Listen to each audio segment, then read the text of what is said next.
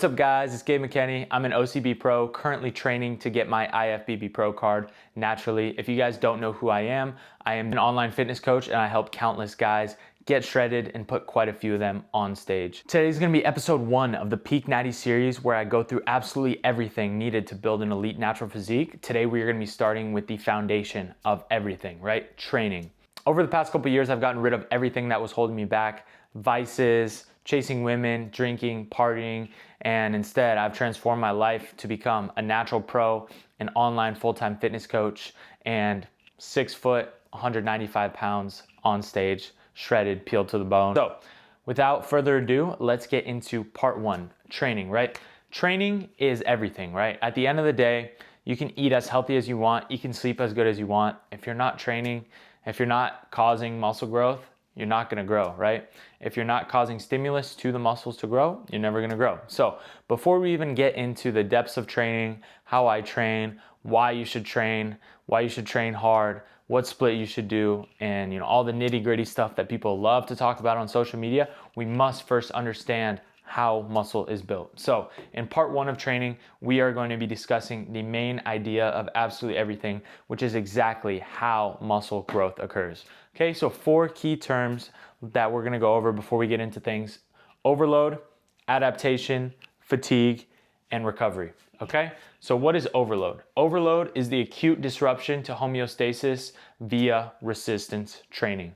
Adaptation is the process leading to functional improvement in performance. Okay, so our bodies are great, right? God made our bodies in a wonderful, wonderful way.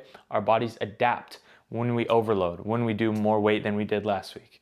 Fatigue. Fatigue is the reduction in ability to produce performance, right? So overloading causes fatigue. Next thing is recovery. Recovery is the return to the previous performance or better. So in simple terms, how do these 4 things coincide and cause muscle stimulus and muscle growth, right? When we overload, when we do more weight than we did before, our body causes adaptations, okay? Adaptations, which is the process leading to functional improvement in performance. Then fatigue. Fatigue is what's caused by the overload and the adaptations, right? It's gonna be reduction in the ability to perform. But we manage our fatigue with recovery. Recovery, returning to the previous performance or better. So the key is a balance of these 4 things. Without a balance of these 4 things, we don't grow optimally, okay? So overloading the muscles causes adaptations, which causes fatigue, but we implement recovery and we make sure our body's recovering in order to start the whole process over again. Super simple stuff, right? So many science-based lifters out there overcomplicate everything using huge words that you just cannot understand. But simply, this is how muscle is built, and this is the key to linear progress and constantly growing. Even when you've been training for years, even when you are dieting, you can still build muscle if you have this one thing correct. And this is exactly what I want to do to build the most muscle, right?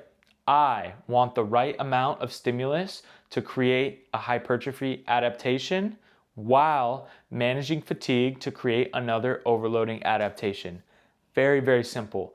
The key goal of building muscle, otherwise known as hypertrophy, is to have the right amount of stimulus, not too much, not too little, to create an adaptation.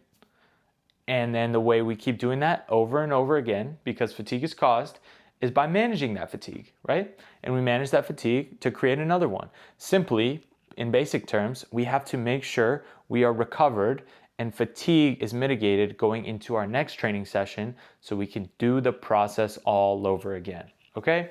And so before we even get into, good splits, what should my split be? How many sets should I be doing? What's a proper rep range? Blah, blah, blah, blah, blah. All this little stuff, we must understand how muscle is built.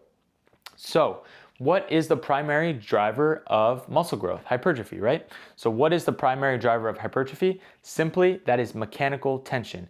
In simple terms, mechanical tension is the involuntary slowing of the concentric. So think on incline Smith, guys, right? You're doing an incline Smith bench press, boom, boom, boom. You get closer and closer to failure. What do those reps do? They slow down. They slow down those grinders. It's the involuntary slowing of the concentric, right? Those reps closest to failure have the most mechanical tension because there's involuntary slowing of the concentric.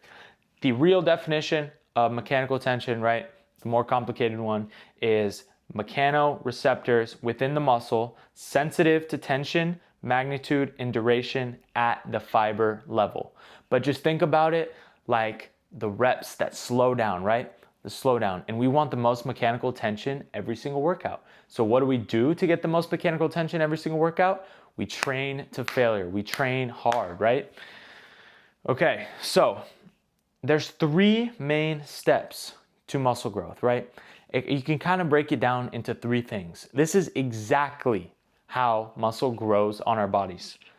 First, the initial stimulus through training, through overload. That is why you must track your weights. You must progressive overload. You must beat yourself from the week before, week after week. You must cause these overloads, right? You must cause that stimulus.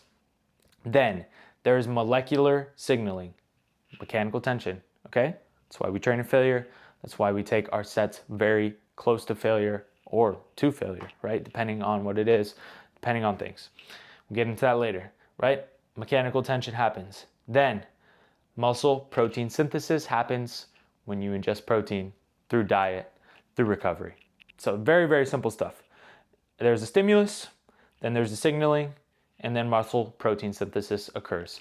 So guys, that is the basics to building muscle. That is how muscle is built, and that is the first topic we must go over before we get into training part 2.